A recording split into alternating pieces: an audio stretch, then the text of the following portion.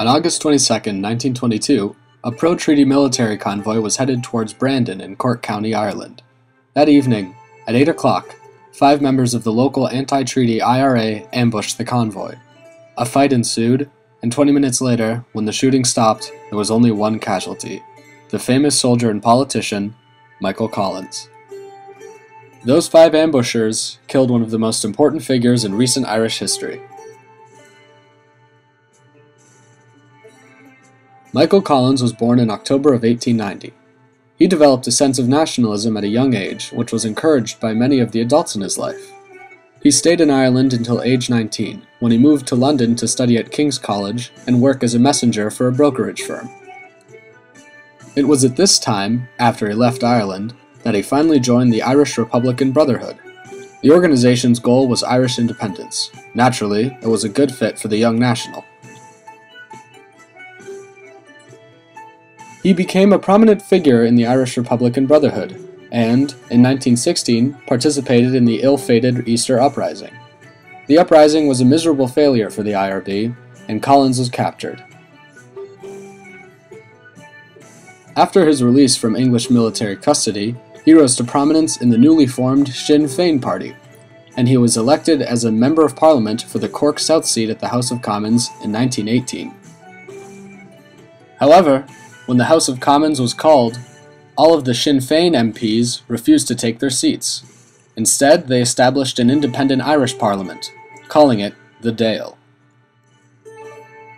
This was one of the first acts in the Anglo-Irish War, and Collins soon had many responsibilities. Along with being the Dáil's Minister of Finance, Collins became head of the IRB and Director of Intelligence for the IRA. It was during the war that Collins showcased his tremendous logistical skills and strategic ability. He was incredibly adept at military tactics, and Ireland's success in the war was owed to his strategies. For example, in an effort to thwart British intelligence, he organized a fighting unit called the Squad, whose sole purpose was to locate and kill British agents. They operated with a frightening record. He is also responsible for the guerrilla warfare tactics employed by the rebels. Learning from the mistakes of the Easter Uprising, he knew that his forces had no chance in a conventional war. His solution was the flying column.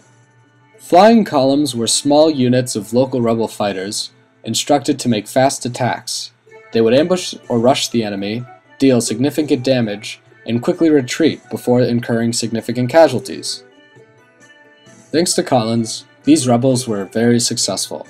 However, they were still undersupplied, and actually only weeks from collapse when the English government offered a truce.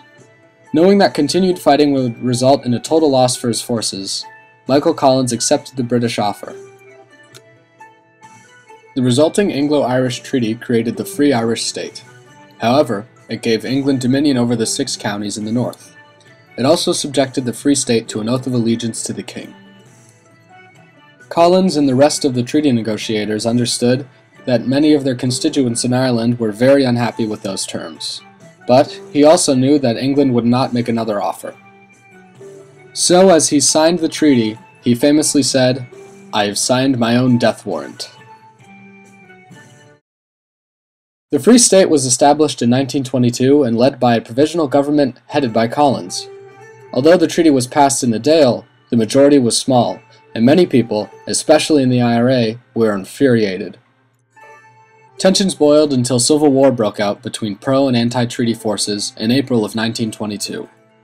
Collins became head of the Free State Army, a uniformed government force funded by the British. His soldiers were mainly Irish veterans and pro-treaty IRA. This force was vastly superior to the anti-treaty IRA, and Collins made quick work of the rebels. Sadly, Michael Collins did not live to see the end of the war. As we know, he was killed months before the fighting ended in 1923. Collins was an instrumental figure in the establishment of the Free Irish State.